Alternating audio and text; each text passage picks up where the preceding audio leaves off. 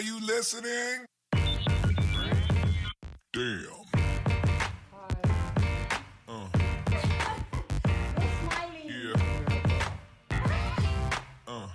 It's very seldom that we have on stage two good-looking men, but listen, we found Doug Place, the CSO at Nedbank. When's the other guy coming? And he's the funniest guy in the room now. Doug, thank you for small joining. It's a tiny room. Thank you so much for joining us. No, what a pleasure. Thanks for having me. You need to explain what the CSO stands for. What's the S for Yeah, in correct. CSO? Wow, it's like a real big boy title, man. Yeah. My mum was well pleased. Yeah, Chief Strategy Officer. Yeah, that's So, crazy. Yeah, it's. Well, I hope it's not crazy. No, I mean, love it. I hope it's sensible. No, listen, I love marketing. Yeah. I adore it. It's given me a hell of a life, and I love giving back to this profession. So I'm still involved at Master. I'm still the chairman of Master there. Yeah. But I've moved into a strategy role as of August last month. And Wow. there are lots of definitions of strategy. Yeah. My favorite is a strategy is how do you build unfair advantage in a sea of changing conditions. That's all. Unfair advantage, I like that. 100% correct. Yeah. It's Because, interesting to me that, I mean, you've just been in the job, what, a little under a month? yeah, in this particular role. But I've been with the company for 9 years. Yeah. Yeah, but I mean, you've done so well when you were marketing for Nandos, because it's one of the brands that, I mean, it's a universally loved brand in South Africa, right? One of the best things about Nandos, in my opinion, Doug, is that you guys have been able to really do that social listening thing very well, right? Like, you guys have also been really good at school, because I don't know of many brands that are able to hear what's going on in the streets, get back to the office, figure out what needs to be done, and churn it out within a matter of literally hours sometimes. How did you guys get it right? Fantastic. Thank you for noticing that. Often the question is phrased of like, how do you come up with things to say? Yeah. And that's not the best version of the question. Yours is much better. Thank you very much. You're most welcome. Listen, part of this is just, it's how the brand was formed. We had, Nandos was started in 1987. In a place called Rosettenville. So that's not a great year to start a business in South Africa. Yeah. That's certainly not A great area too. It's not the cultural metropolis of South Africa. And so early on we just didn't have money like big other restaurant brands have money to do marketing. And so then Robbie Brosen and Fernando Duarte, but particularly Robbie challenged, Hunter Scaris, the agency at the time, and says, we'll make the work that other agencies are afraid to make. Yeah. The cool ideas you have that other, your clients that just don't want to go there, we'll go there. Yeah. Because we have no money to pay you properly. We have no money to flight these ads. But if these ads are interesting and cool and funny, then they're going to travel by themselves. You don't have to ram them in front of people on TV or newspapers or radio then. And so all we've done is that, but for social media. Yeah. And so if you're listening to, what do consumers really care about, think about, what's their point of view on matters, you develop an instinct for what's important and what's not. And we're often asked that, to be honest, we don't post that much. Yeah. It's probably less than 10 times a year. Yeah. But it's assumed to be, weekly, daily, monthly activity. So, that, we listen a lot more than we talk. And what we're looking for is where's the consensus? Where's the thing that most people can agree? So we avoid sort of polarizing topics where it's, that you've got two sides of an argument, both of which are valid. Yeah. That's Twitter most days. Yeah. Or X rather. So we're looking for what do most people find in common all of the time. And all we're doing is playing that back to them. So it's not really actually that creative.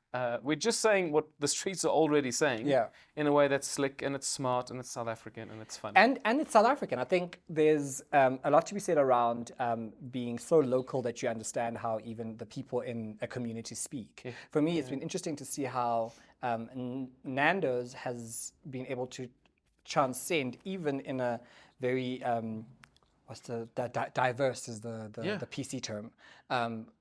Country like South Africa, Nando's, local is like all those terms pop up and everyone universally understands them, whether you're an English speaker or not. Yeah, sure.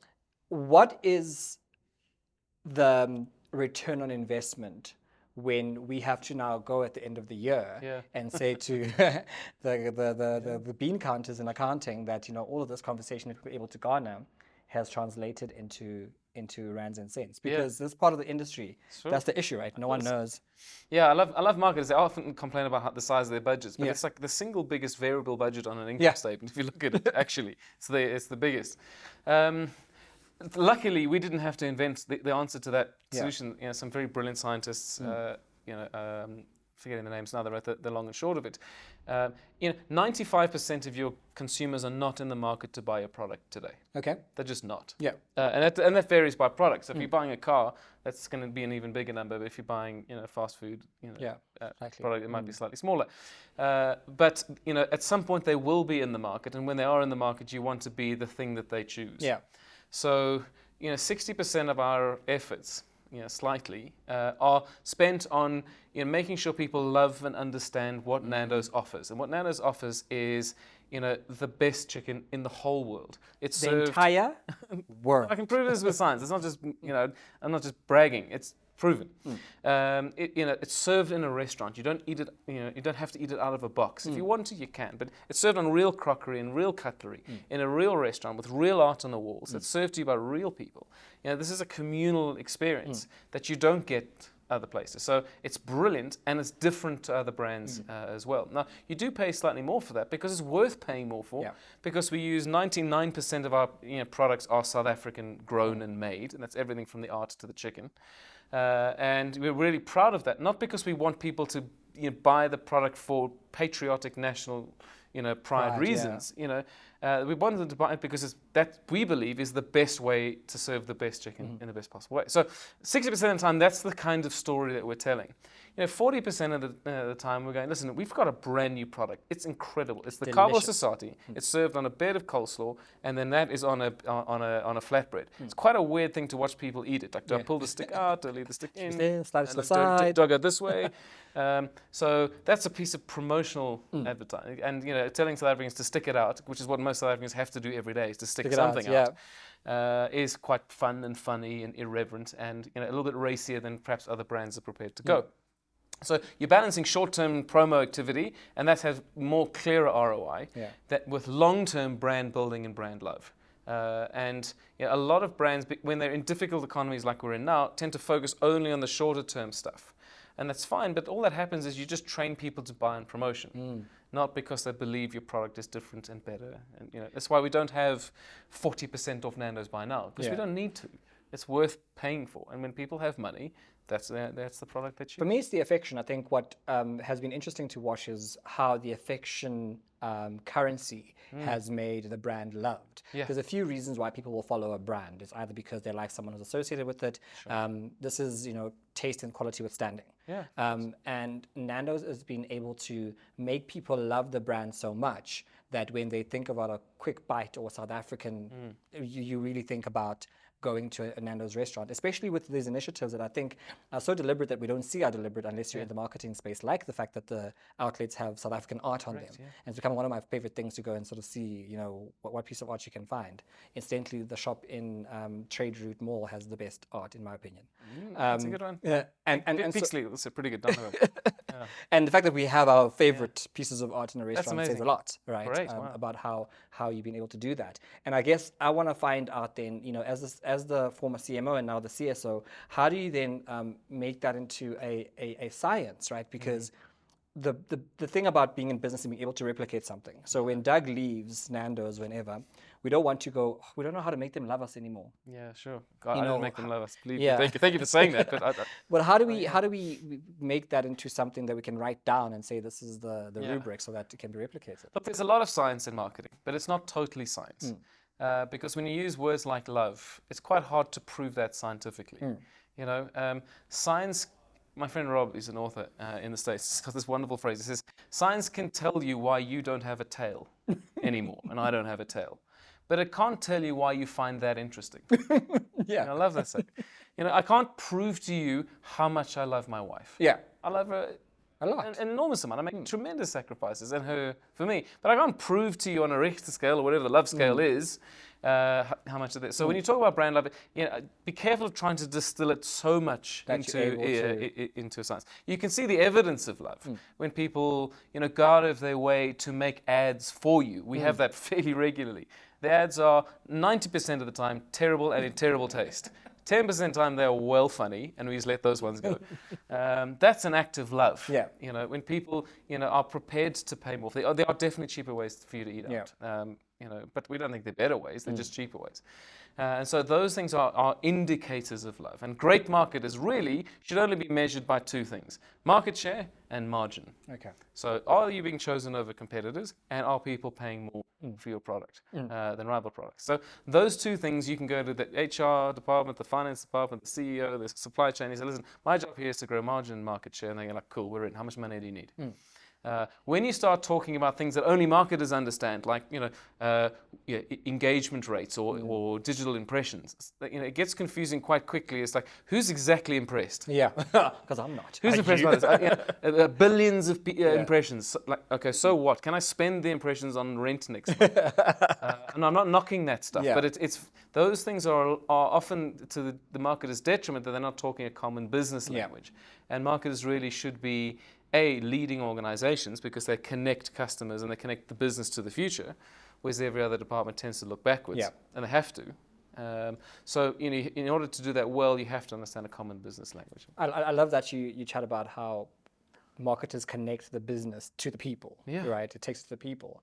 And I'm interested then when we start looking a bit outward into the continent and we see how I think we're getting to a point now where we're starting to learn that we're not a different people, as in we're not apart from each other, we're not separate, but might be different. And for me, it's interesting to get your opinion on how then a Nandos goes out into a different South African country, even beyond the diaspora of SADC, and is able to speak to them as well as it speaks to us. Because again, I think that's why I was asking the replication question, because when you get to Kenya and you're in Nairobi, what are you saying that is a Kenyanism in the same way that we have such a great question. I mean, even places like the Middle East, for example, which are way more conservative. In places like Saudi Arabia, the United Kingdom. The brand shows up in ways that really suit that market. So we want as much to be consistent. So the menu is largely the same. Okay. The restaurants look and feel the same, but they're not cookie cutter restaurants, but they're all individually designed. And the art is all different. But it's the same kind of brand look and feel. A lot of what we're doing is what we do in South Africa, which is just what do Kenyan people care about? What do Botswanans care about? What do Mauritians really care about? Because we're not trying to force them to buy something they just don't want to buy. We have something they think they're going to love, and we're positioning it in such a way. So it's quite interesting, in places in the Middle East like Ramadan. So Ramadan, which is an observed fast that lasts 4 weeks, is a terrible time for a restaurant business because people are genuinely fasting, and it's inappropriate for you to have beautiful food photography up during Ramadan because you're tempting people at a time that they're trying to observe a fast. And so what most food brands do is they just don't advertise at all, and they just wait for Eid, and then it's a tsunami of advertising. All the 4 weeks where there was embargoes is now all released. Yeah, exactly. So what we do is at this time, media is going to be really cheap. So we will advertise. We're not going to be indelicate to local conditions and have beautiful food photography, but we'll say, hey, listen, we understand what it's like to fast. We understand what it's like to be hungry, but we also understand what it's like to observe the fast not as an outsider, but as an insider. This is a time for introspection. This is a time when you focus on your family. And so when you do break your fast at iftar, then Nandos has got you. We've got this thing for you. And we'll show it to you, because we can buy media this way now, after the sun sets, when it is appropriate. And if you're talking to young Muslims who have a different experience of the faith than their parents do, but still are observant, you're not showing up like a Western brand trying to get them to buy Western ideologies. We're showing up as a good neighbor, to say, look, we get you, we understand you, we're sad when you're sad, and we laugh at the same jokes that you laugh at. And in order to do that well, and we're still learning that, you have to be empathetic. You have to, and your first question was a brilliant question, because you have to listen. Listen before you talk. I think from an influencer marketing point of view, that is so interesting, because I want to then find out, now that you're a good neighbors also recognize the good neighbor in other people, right? So your other neighbor, so you're able to then choose a neighbor that is able to speak to the rest of the neighborhood, right? So when you get an influencer who's going to chat about, say, in the region, and whatever the campaign is, they're able to be sensitive to those things. What do we do with the innovation that Nandos has done, because I do think the style of marketing at Nandos is not, it is unorthodox, right? The way it's able to turn around conversations on the ground, the way it's able to listen very intently and then be able to find innovative ways to speak, as you say in the Middle East, to speak to your client base, whereas everyone else just goes, let's not touch it, it's too risky. How do you then safeguard around not over-innovating to the point where you do too much, but also how do you ensure you keep ahead of the curve as you've done, which is crazy how long you've done it for, and you should have been cancelled by now, Oh, we have. Yeah, we've been cancelled 3 times this year. Yeah, I mean, you've also found a way to get uncancelled, which is something you should write about. Well, here's and I don't want to make light of cancel culture because it's a real thing and means something to people. But I think it's worse to not try. Like and brands and influencers, when we do work with influencers, we're not precious at all. Like, here's the thing we've made. We love this. And we made it for people we know will love this. It's yours. Do what you want with it. And sometimes we get content back, we're like, yes, I'm not sure we would have gone there with it, but we trust that person to speak to their audience in their way rather than being overly prescriptive. Because there's nothing worse than an influencer video that looks like, yo, I've been paid to say that I love this shampoo. It's really great. Yeah, no, exactly. And no one believes that anyway. And so if people go like, yo, that new Vusa sauce that you made, which is 3 times hotter than extra hot, that thing's way too hot for me, and I can't anymore, I'm sorry. Now, we know that the spice head people, that's a delicious sauce. And what most people have when they have extra hot sauces, it's only hot, and there's no flavor. Well, we've designed them that has flavor. But we understand that's not going to be for everyone. Spicy. Yeah, exactly right. It's delicious, but not for everyone. So you're going to have things that perhaps you don't like, but it's better to have that than not try, and to try overly manufacture and overly manage. It's not yours anymore when you give it away, and understand that. It's like filmmakers will talk about the film's only finished when an audience sees it, and because they bring their own meaning to the film. And it's the same thing for us. People use our products and our restaurants in ways that are just totally different. It's like when we were designing our app, because you can choose the basting on your chicken. We thought that's quite simple. We'll have all the basting options.